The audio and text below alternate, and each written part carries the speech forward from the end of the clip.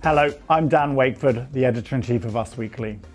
In this week's cover story, we're taking a look at Diddy's harsh new reality and his life behind bars after his arrest on September 16th after being indicted on charges of sex trafficking and racketeering. Former inmates spoke with us about what it's really like inside America's so-called worst prison, with one saying that the millionaire rapper will never be the same again after calling the deplorable conditions of the jail home. Prison is a primal fear for humans. It's the stuff all of our nightmares are made of, and the stark contrast of Diddy's previous existence and his new one makes this story particularly compelling. Diddy's day-to-day life while being behind bars is a far cry from the one he's often rapped about and showed off on social media, with a personal chef, assistants and staff catering to his every whim. He's currently sitting in a tiny colourless cell at the Metropolitan Detention Center in Brooklyn, New York, where he will be subjected to regular strip searches, limited shower access and little contact with his loved ones, not to mention the threat of violence. This is very different from his pampered life at home in his $35 million,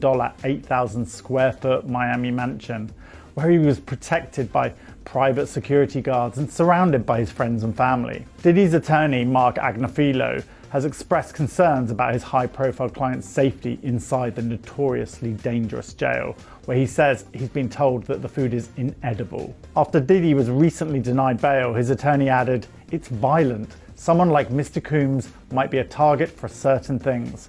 We can't let that happen." We spoke to many ex-inhabitants of the prison and also with prison consultant Sam Mangle, who described sections of the facility as pure hell and added that the Metropolitan Detention Center is probably the worst federal detention center in the country. A widow of a former inmate, Ashley Cordero, told us the prison is disgusting. They have rats running through there and everything.